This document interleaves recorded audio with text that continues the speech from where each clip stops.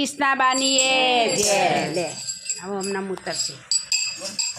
તાળી પાડો તો મારા રામની બીજી તાળી ન હોય તો તાળી પાડો તો મારા રામની બીજી તાળી ન હોય તો વાતો કરો તો મારા રામની બીજી વાતો ના હોય તો વાતો કરો તો મારા રામની બીજી વાતો ના હોય તો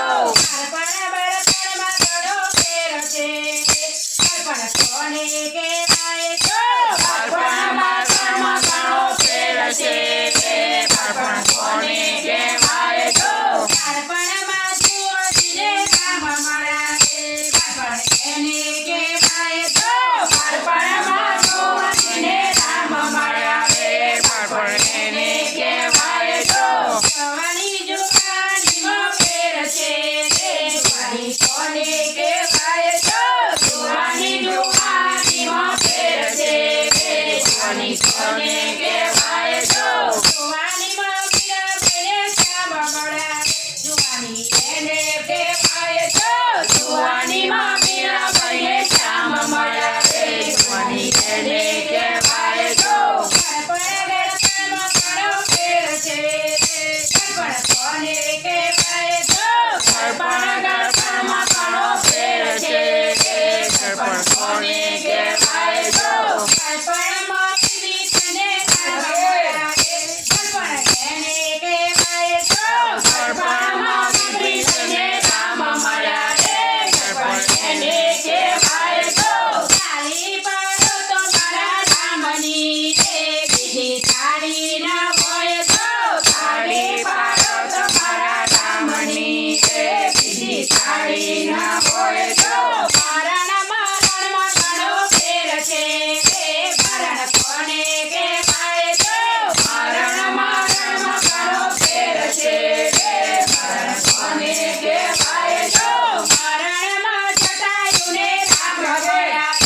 મરણ એને કહેવાય તો મરણમાં જટાયુને રામ મળ્યા મરણ એને કહેવાય તો ભક્તિ ભક્તિમાં ઘણો ફેર છે ભક્તિ કોને કહેવાય તો ભક્તિ ભક્તિમાં ઘણો ફેર છે ભક્તિ કોને કહેવાય તો ભક્તિમાં સુદામાને રામ મળ્યા ભક્તિ એને કહેવાય તો ભક્તિમાં સુદામાને રામ મળ્યા ભક્તિ એને કહેવાય તો સમજણમાં ઘણો ફેર છે સમજણ કોને કહેવાય તો સમજણમાં ઘણો ફેર છે સમજણ કોને કહેવાય તો સમજણમાં વિભીષણને રાજ મળ્યા સમજણ એને કહેવાય તો સમજણમાં વિભીષણને રાજ મળ્યા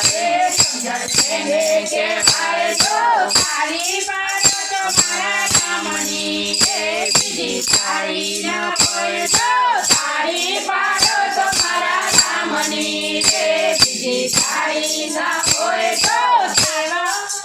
તો મારા રામની બીજી વાતો ના હોય તો વાતો કરો તો મારા રામની બીજી વાતો ના હોય તો સેવા સેવામાં ઘણો ફેર છે સેવા કોને કહેવાય તો સેવા સેવામાં ઘણો ફેર છે સેવા કોને કહેવાય તો સેવામાં હનુમાનજીને રામ મળ્યા સેવા એને કહેવાય તો સેવામાં હનુમાનજીને રામ મળ્યા સેવા એને કહેવાય તો વાતો કરો તો મારા રામની બીજી વાતો ના હોય તો વાતો કરો તો મારા રામની બીજી વાતો ના હોય તો કૃષ્ણ કનૈયા લાલ કી જય રાધાની જય કૃષ્ણાબાની જય.